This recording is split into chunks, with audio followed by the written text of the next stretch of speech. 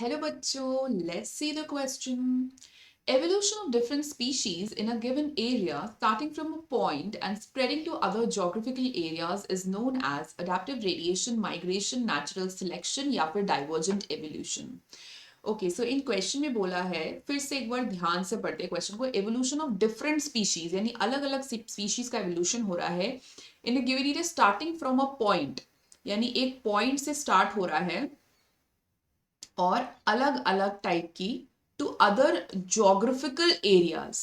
अब यहां पे इस तरीके का कुछ हो रहा है, ठीक है, टू अदर जोग्राफिकल एरियाज, और यहाँ पे अलग अलग स्पीशीज बनते हैं। मतलब यहाँ पे एक एंसेस्टर था जो कि कॉमन था, बट ये लोग अडेप्टेशन कर गए अपने अपने रिक्वायरमेंट के हिसाब से।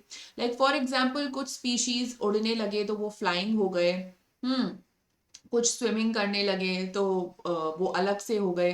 कुछ किन्हों की आर्बोरियल हैबिट्स हो गई, यानी पेड़ पे चढ़ने वाली। कुछ लोग हो गए मे बी बरोइंग, लोग नहीं सॉरी, आई मीन कुछ कुछ एनिमल्स हो गए बरोइंग, ठीक है। तो इस प्रकार से सबकी डिफरेंट डिफरेंट हैबिट्स डेवलप हो गई हैं यहाँ पर। सो ये क्यों habits like different different develop हो गई हैं, तो ये अडेप्टेशन की वजह से। सो यहाँ पे एक अडेप्टेशन वर्ड आता है कि ये अडेप्ट हो रहे हैं, they all are getting adapted to various geographical areas. So adaptive word will be there and radiation, because radiation भी इस तरीके से होता है ना, रेडिएट करना। सो अडेप्टिव रेडिएशन यहाँ पे सही जवाब होगा। नाउ लेट्स सी डी, क्योंकि ये डाइवर्जेंट एवोल्यूशन जैसा भी है, क्योंकि डाइवर्जेंट एवोल्यूशन में भी ऐसा ही होता है, डाइवर्जिंग डाइवर्ज करता है। इसमें कॉमन एंसेस्टर रहता है and according to different needs there will be difference in the like ये अलग अलग, जैसे कि मान लीजिए फोर लिम्स ऑफ द चीता हो गया, four limbs of the man हो गया, वेल हो गया, बैट हो गया। सो ये भी डाइवर्जेंट एवोल्यूशन हो सकता है। लेकिन इस क्वेश्चन के हमें डेफिनेशन से जाना है, तो लाइक बहुत ही स्पेसिफिक दिया हुआ है that evolution of different species in a given area starting from a point and spreading to other geographical areas.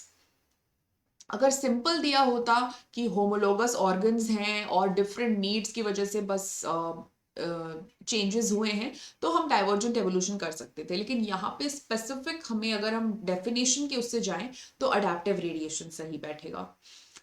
Option तो डाइवर्जेंट एवोल्यूशन नहीं होगा। ऑप्शन बी की बात करें, natural selection. So natural selection होता है जब नेचर सिलेक्ट करती है कुछ पर्टिकुलर इंडिविजुअल्स को, आई मीन ऑर्गेनिजम्स को, because they have an advantage over others.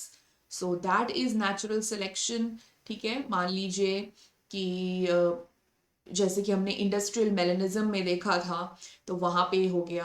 तो it is like a nature is selecting based upon the advantage. तो जिनके एडवांटेज है, जिसमें वो खूबी है, वो सिलेक्ट हो जाएंगे, they will be more fitter and the rest ones will be eliminated. So this is not the right answer. And migration is जब यहाँ से वहाँ organisms migrate करते हैं। So migration में तो उनका evolution लाइक डायरेक्टली नहीं हो रहा, एकदम से नहीं होता है। तो migration is just moving from one area to the another area, and so this is not the answer. So the right answer would be option number A. So I hope you all have understood the question. So best of luck.